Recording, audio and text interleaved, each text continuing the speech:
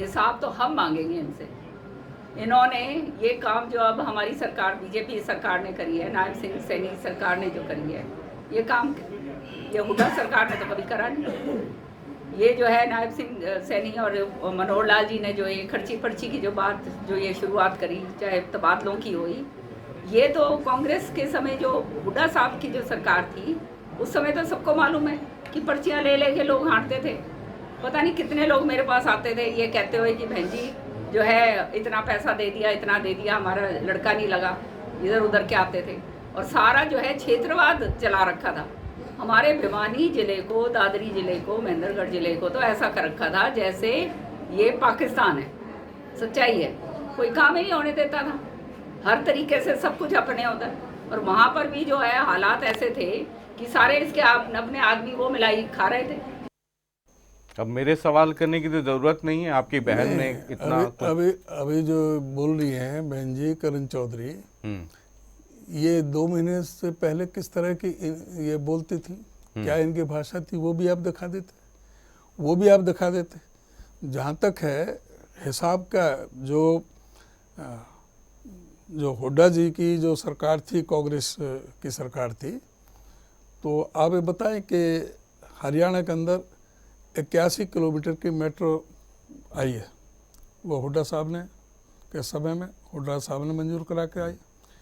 250 kilometre rail की line वो तो ठीक है, लेकिन जो बहन जी सवाल उठा रही बिजली के कारखाने ये कह रही हैं कि लोग आके बताते थे कि इनका पैसा लेकर ये हिसाब तो कई चीज में देना पड़ेगा ना कि भाई जो हुड्डा सरकार में, कांग्रेस की सरकार में, बीजेपी की सरकार में अंतर। 4 बड़े बिजली के कारखाने लगे 5400 मेगावाट के, 43,000 करोड़ रुपए खर्च करके। इन्होंने कोई बिजली का कोई कारखाना लगाया?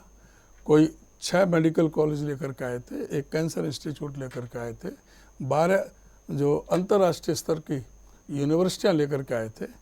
इन्होंने क्या एक भी लेकर के आए? जो ये पर्ची और खर्ची की जो बात कर रहे हैं, हुड्डा साहब के समय में बिल्कुल क्लियर और बिल्कुल फेयर ढंग से करीब 2 लाख लोगों को रोजगार मिला था, 2 लाख लोगों को नौकरियां दी, और एकदम सभी डिपार्टमेंटों में, सभी विभागों में। अच्छा, ये अगर हुड्डा साहब के समय में इनके भी लगे जो पर्ची और खर्ची की बात कर रहे थे। मैंने अभी आपसे पहले अपने उसमें बात किया था। स्टाफ सिलेक्शन कमीशन के चेयरमैन और 8 अधिकारी सस्पेंड हुए। इनके पब्लिक सर्विस कमीशन के जो अधिकारी करोड़ों रुपए रिश्वत लेते हुए रेड हैंडेड पकड़े गए। कौशल विकास रोजगार निगम, वो पर्ची खर्ची है क्या? कोई मेरिट है उसमें? कोई मेरिट नहीं, कोई रिजर्वेशन नहीं, कोई पे स्केल नहीं। सरकार खुद ठेकेदार बन गई। जहां जिस की पोस्ट की तनख्वाह 50,000 होनी चाहिए, उसे ये 20,000 रुपये में, जिसकी 25,000 उसकी 10,000 में। एक चीज समझना चाहता हूं। आप बता, वो किसकी पर्ची से नौकरी दी जा रही थी? जो इनके एमएलए और आरएसएस के जो आदमी थे और इनके मंत्री थे, वो जिसको कहते थे वो कौशल विकास रोजगार निगम में कच्ची नौकरी लगते थे। और वो भी उनमें भी घपले पैसे चले। उनके भी एमडी को करप्शन में सस्पेंड होना पड़ा। अच्छा, इसमें भी बीजेपी वाले इतना खर्ची पर्ची कहते हैं कि हुड्डा जी के समय में पैसे लेकर के नौकरी। ये आप लोग डिफेमेशन का केस कर क्यों नहीं देते हैं? इनकी आदत ऐसी है ना, आप केस करते हैं ना वो लोग केस करते हैं। डिफेमेशन का क्या केस होगा इनका? कि भाई आपके खिलाफ गलत प्रचार कर रहे हैं। आप किसी को इंडिविजुअल तो कोई है नहीं कि किसने पर्ची खर्ची की जो बात कर रहे हैं किसने दिया। डिफेमेशन तो वो करेगा ना कि मैंने उसको दिए।